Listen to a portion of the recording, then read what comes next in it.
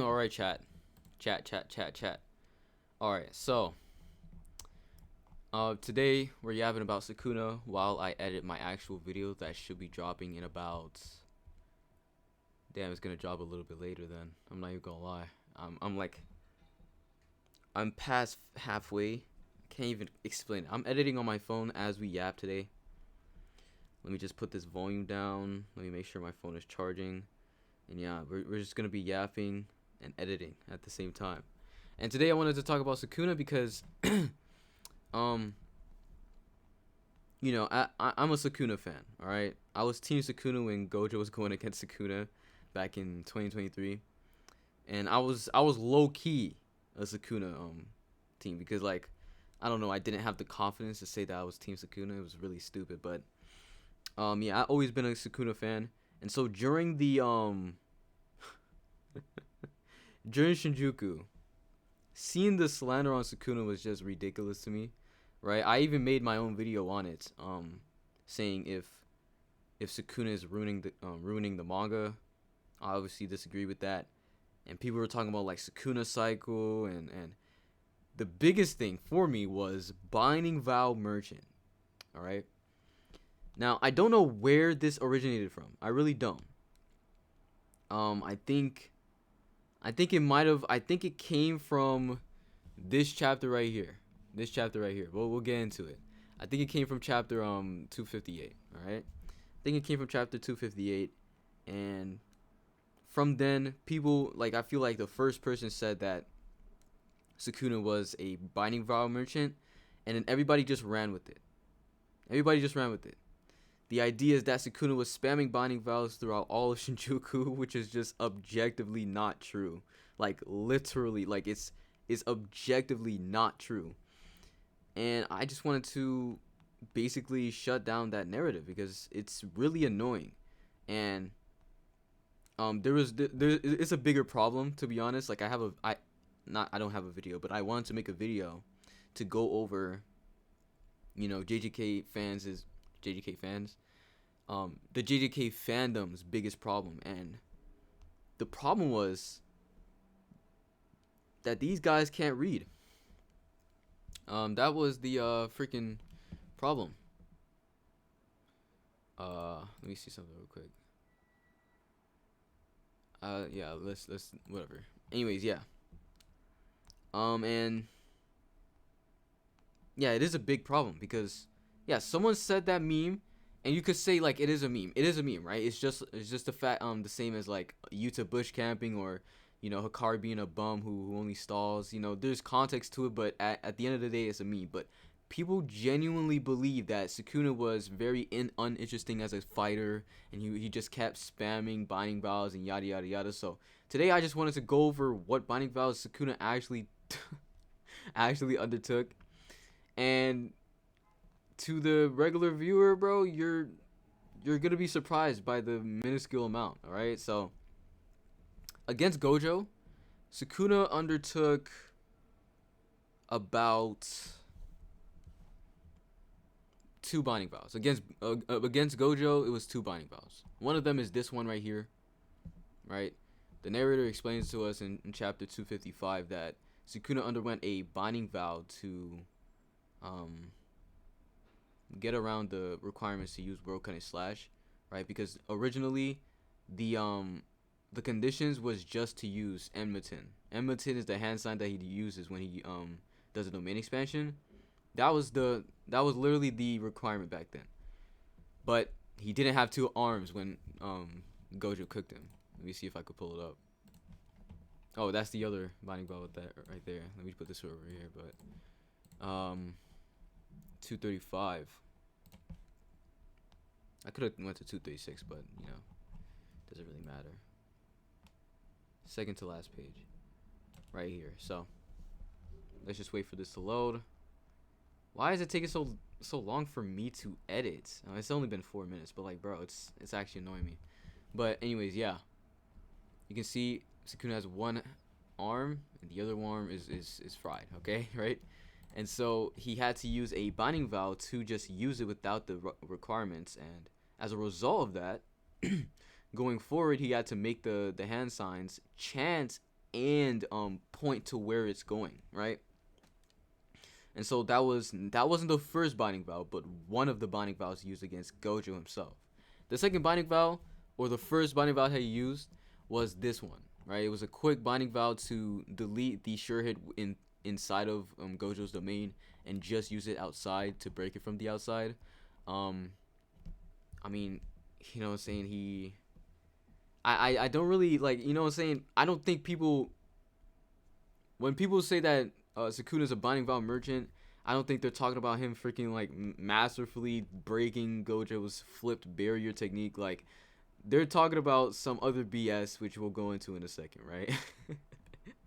So yeah, those were the two he used against Gojo, and the third he used in Shinjuku was this one, and this is probably the one that got everyone pissed off. I'm not gonna lie, right?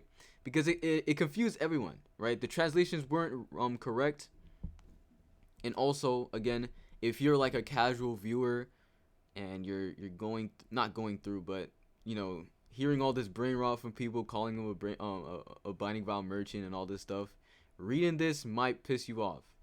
Well, that kind of contradicts what I said earlier. Like, this might have been the catalyst for the conversation. I literally don't know, because obviously I wasn't on that side, right? Because I thought Sukuna was really masterful in his plays. I love binding vows, by the way. Binding vows is definitely one of one of my favorite parts of JJK, and people crap on it. And so let's read what this says. By altering the hand signs and utilizing a part of his brain unaffected by infinite void, Ryoma Sukuna employed his curse technique alongside his barrier technique. This is just fancy words to say that he used a different hand sign, used a different part of his brain to use the domain expansion. I don't know why the heck Gege decided to do this. This is absolute glaze right here. I'm not gonna lie, bro. Who does he do that for, other than Sukuna? This guy, that's just fancy way of saying he used a domain expansion, bro. That probably, that probably messed some people up as well, right? So again, I can't really put it too far past people for maybe getting like not mad, but getting it confused, right? But yeah, this is just fancy wording for saying Sukuna used a domain expansion with a different hand sign and a different side of his brain, alright? And then here's where it comes in. Amidst a maelstrom of uncertainties and impromptu binding vows, Ryoma Sukuna's rush of black flashes allowed his malevolent shrine to burst forth once more with no loss in output or range, right? Reading this again just pisses me off. It just reminds me of what someone said on TikTok. It's just like, oh my gosh, bro. Chat, maybe I'll yap about that in the future. But anyways, I pulled this up right here because lightning is like, I wouldn't say TCB is unreliable, right? But again, this was a really weird chapter because of how like Gege was wording stuff. I mean, we just saw like right here, fancy wording just to say that Sukuna used a domain expansion, bro. Like, he's dragging it, bro. He's absolutely dragging it, bro. But yeah, so lightning translates it as well. The application of his curse technique and barrier technique via a change in hand signs and using the part of his brain unaffected by unlimited void. Sukuna, invigorated by Black Flash, resurrects Malevolent Shrine without decreasing its effective range or output by including uncertain conditions and improvised binding vows. Alright? So, damn, that's crazy. This is just confirmation I was right again. Bro, I'm not gonna lie, I might actually yap about that someday, bro, because I was genuinely arguing with like a whole bunch of people attacking me for saying something different. But anyways, yeah, so this is the part to highlight, including uncertain conditions and improvised binding vows. I mean, I guess the wording is the same here as well.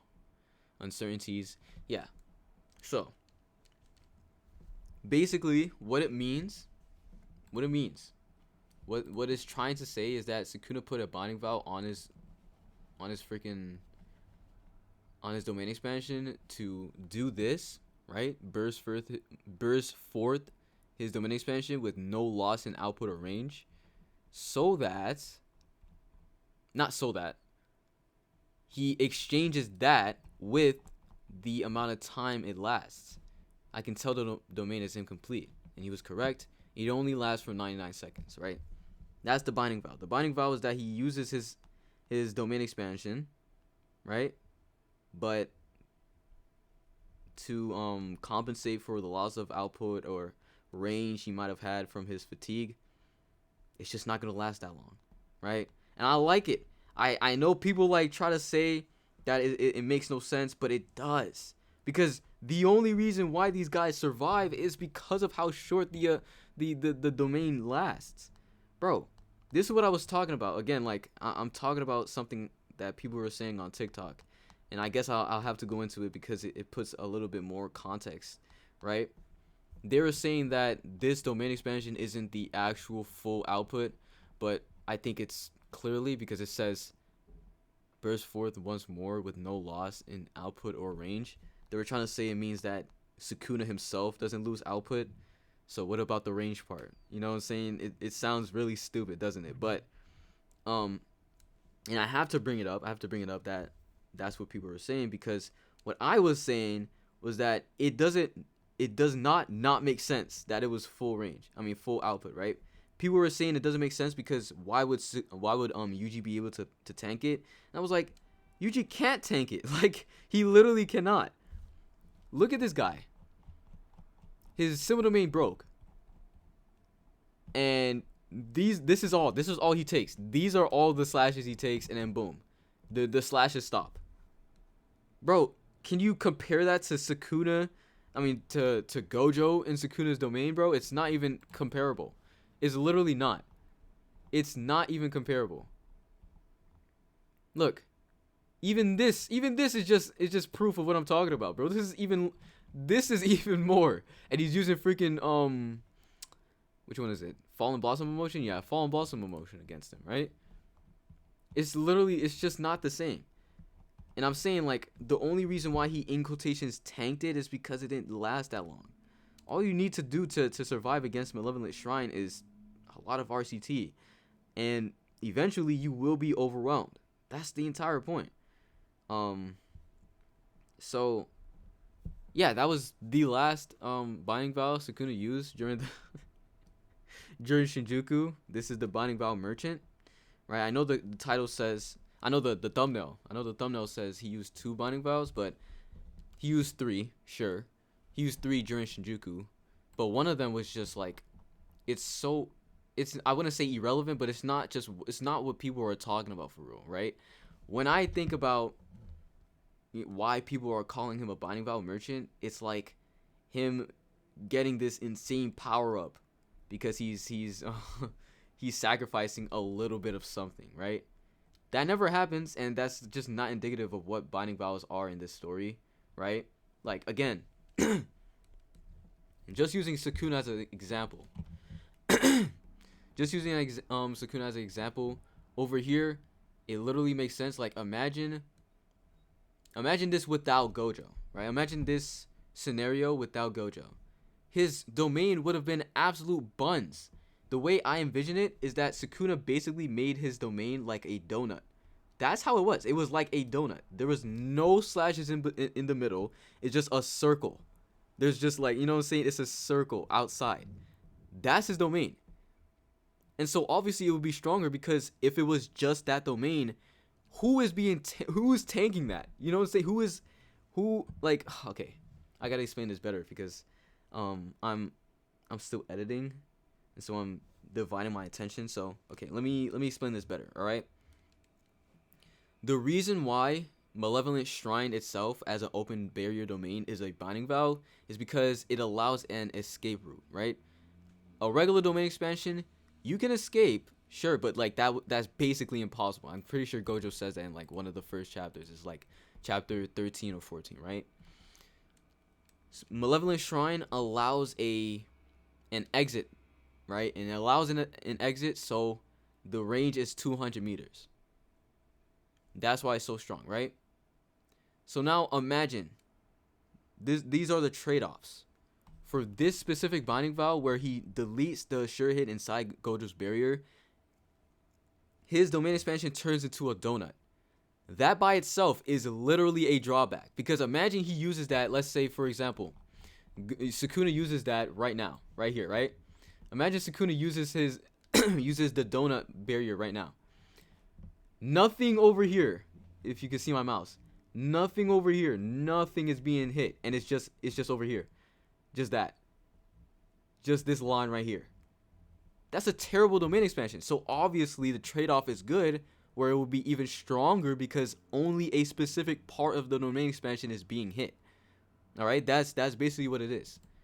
So that makes sense for me, right? The World Cut and Slash one is one of my favorites because of how I used to interpret it as. I used to think it meant that Sukuna needed to use 3 arms to use World Cut and Slash. I no longer think that, but either way, it does. Either way, it is a good trade-off. It would have been a better trade-off if he literally could never use it if he has only 2 arms, right? But he can use it with 2 arms. But the drawbacks are just ridiculous, because if you're not no, wait. That's not, no, I meant like the drawbacks will be bad against like someone like Gojo. That's what I meant to say, right? Because Gojo's on Sukuna's level of speed. I mean, heck, the drawback actually did something bad for Sukuna when he used it against Maki, and Maki dodged it, right? So even then, even though you can see the drawback, you can see the trade-off, right? He gets this insane. The trade-off was that he can use World Cut and Slash, right? This insane technique against Gojo once with no repercussions. Not repercussions, but with no requirements. Just shoot it, right? And in return, from then, World Cut and Slash is like way less accessible, yeah. He has to do way more to do. He has to chant, he has to do the hand signs, he has to point where it's going. Like, that's way more drawbacks, right? And then number 3 is, I will admit, is the weakest of the 3 in terms of binding vows, but it's still a drawback, right? Because Sukuna uses his domain expansion, no loss in output and range, and it only lasts for 99 seconds. And the emphasis on that, right, the drawback, right, the fact that he can use it is the good part. The drawback, the setback from the binding vow is the fact that it lasts only 99 seconds. And we can see how bad that is because freaking Yuji survives it. Yuji and Choso, right? So that's basically the point. That's basically the point of binding vows. I have a thumbnail for a binding vow video for my main channel. And I definitely have to think about how I'm going to go about that. But, bro, okay, chat. Like, why is it taking me so long to... I'm saying it's taking me so long to edit, but maybe it's because of me yapping.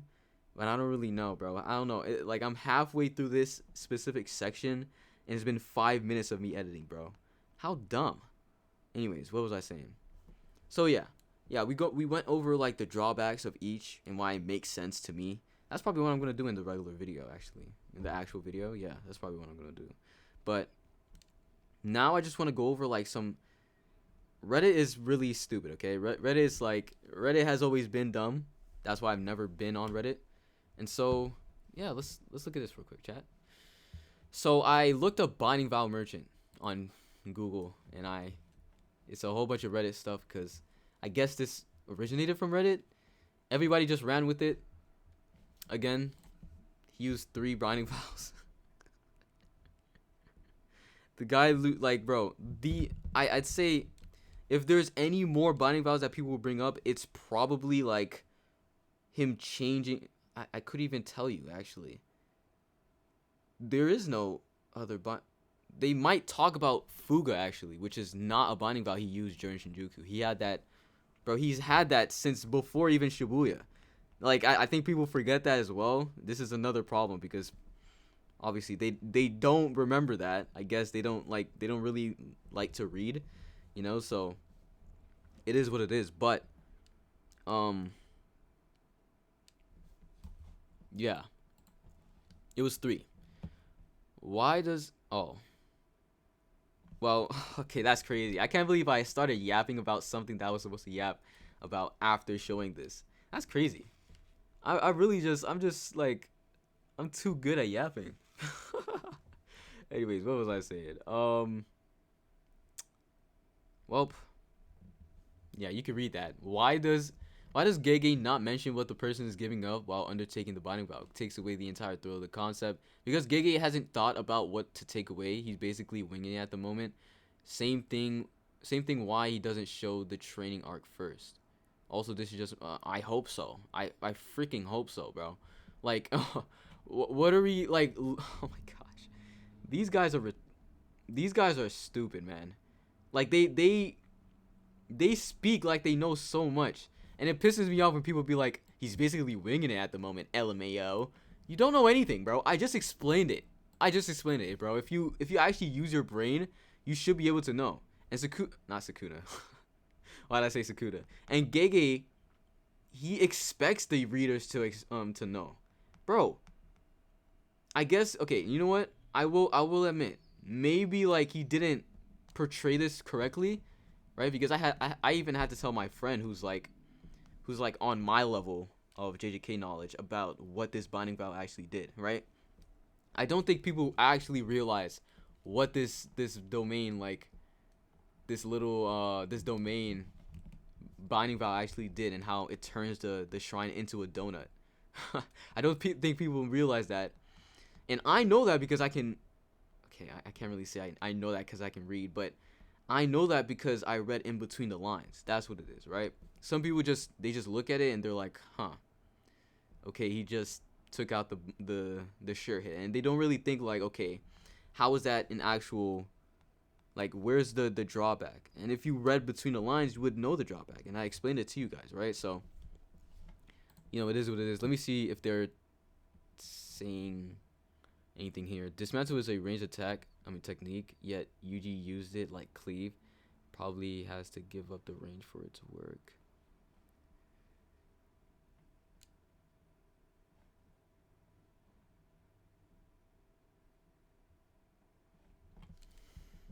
Yeah, that's you know what? He's spitting actually. He's spitting right there.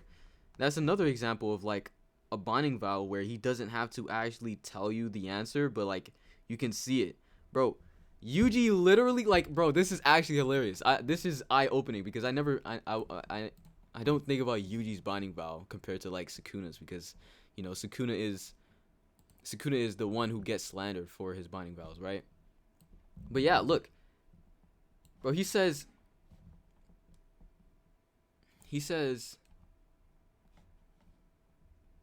but then if it doesn't land, it's meaningless. The only way he can do that is by touching you. That's the binding vow. Like, literally, bro. The binding vow is, okay, now he can target your soul, right? That's the plus. But the drawback is he has to make actual contact. And then he gets around it with the domain expansion, right? So yeah. And then this is the last one we'll go over because I gotta freaking edit this. I'm kind of close to finishing. Hold on, chat. Let me just give me like literally 30 seconds. Not even 30 seconds. Let me read this. On a serious note, I effing hate binding vows. Like, seriously, the narrator himself says that Sukuna used uncertain binding vows in order to combine Megami's 10 Shadows technique and to make this new domain. The narrator doesn't even know, bro. Binding vows are literally just Gege not knowing how to come up with something that makes sense and just going, he did it through a binding vow. Yeah, are we serious, chat? Do you guys see what I'm seeing? This guy, okay, first off, this is a multi-level comment right here, right? Because obviously I was proven wrong about combining Megami's technique. Yeah, he gets proven wrong because he's a freaking why am I getting so like riled up? I was about to say he's a dumb A word, but nah. He's not. He's just like what I said. They don't really read and they act like they know what they're talking about. But look. I just explained it. Okay. Like this is I literally don't even know what to say, chat. These are the people. These are the people. Yes, like they hate on gay. I like, bro. I can't explain how much I love binding vows as a system, bro. It makes so much sense. I don't think there's any actual terrible binding vows in this story, bro. Maybe I gotta like go look at the list of binding vows again, right? But I don't remember off the top of my head. I don't remember a single binding vow in the series that just did not make sense. I made a video about the lack of plot holes in JJK. It was a pretty good video for me. I'm not even gonna lie. You know, YouTube kind of effed me up with the monetization on that one, dude. That actually pissed me off, chat. The monetization, like, do you know how unlucky I was, bro? That specific day, monetization was down, so I got no money from that video, bro. Yo, that's hilarious, bro. But anyways, it was a pretty good video from me, and I was talking about how, you know, most things that people call plot holes in GGK just aren't, right? And most of them were just binding vows, and I'd show these guys that, bro, Sukuna used like 2 throughout the entire raid, bro. You know what I'm saying? Like, he's not a binding vow merchant, bro. That's the entire point. What do I even say about this, bro? Is there anything else for me to say? I don't know. I'm nearing the end of this video, though. I'm nearing the end. Like, I'm 4 minutes away. Not 4 full minutes, but, you know. Chad, the grind never stops, bro. We're editing another video while we're making a video yapping. And yes, I've been looking at my phone basically this entire time, just yapping off the top of my head, bro. It's crazy. I can just do that. But yeah, I think that's all. I think that's all I want to yap about. I'm gonna make this an actual video because I just love binding vows as a system. These guys are hilarious. I might have to take screenshots of these. I'm not even gonna lie. I might actually do that. Yo, that is freaking hilarious.